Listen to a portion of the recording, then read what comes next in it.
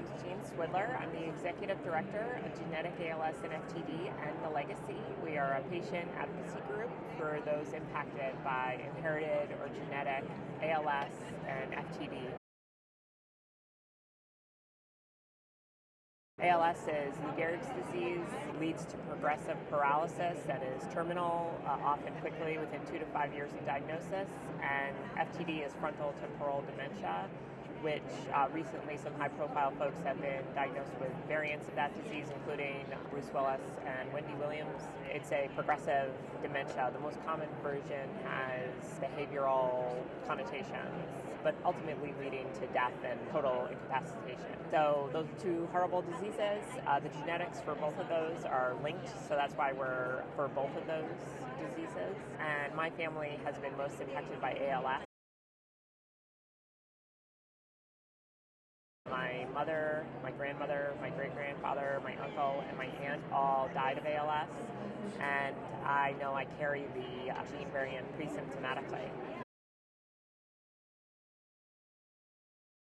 It's all about urgency, no matter what. We have hope for big progress, and we are thrilled that a small subset of our community, those impacted by the SOD1 gene, have a newly effective therapy for their community. But even today, folks in those families are not getting it soon enough. So we're constantly needing to push for earlier treatment, earlier diagnosis.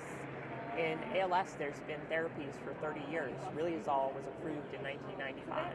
And ever since then, it's been a key topic of academic concern about how to diagnose earlier, without considering that there's families where it's autosomal dominant inheritance, and there's people who know they're at risk, but they still must go through a lengthy diagnosis process like my mom did, where even though she knew she was at risk, she had to get progressively more paralyzed from her feet to her hand not working to her bulbar region, meaning starting to lose her ability to speak, before she could even get diagnosed. So there's a lot of things that don't make sense with how our community is treated today, and we're really pushing to have it reformed ASAP. And we have a little bit of fear that we're not fully trialing therapies early enough in the disease process, because we know that in other neurodegenerative diseases, such as Alzheimer's, the field doesn't even test drugs in the fully symptomatic people anymore,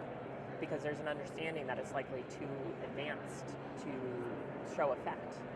So we believe that we need to be testing every possible approach earlier in the disease, as well as in the normal later disease stages. Because what if it only works earlier and we're throwing away possible approaches?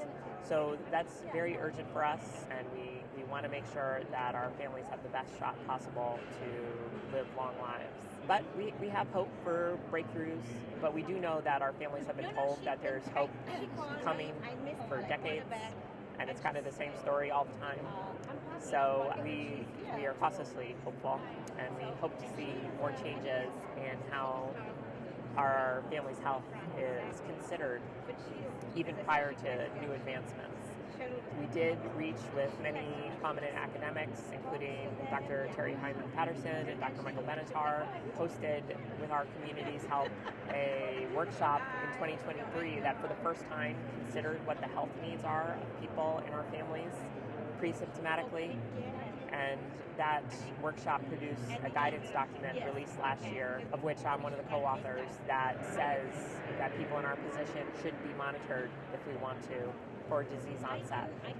So we're excited to get more and more people seeing that there is advice now for people in our position. It's not a nihilistic world anymore where nothing matters and come back and see me when you're sick. It's not the message.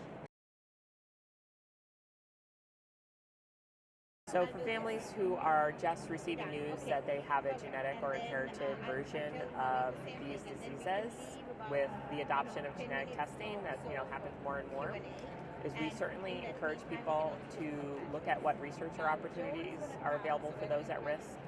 We have those listed on our website, thelegacy.org. So if people want to be involved in research, that's a great way to learn more about the disease, to see a genetic counselor for free, and often to have it be anonymous. We also think folks should be offered the guidance document that was just released, and we're working with genetic counselors to make sure they have that information. Well, it's just so great to see so many folks dedicated to rare diseases. I think there's a growing understanding that pediatric conditions need to be dosed and treated as early as possible, and we really need to bring that spirit into the adult onset world.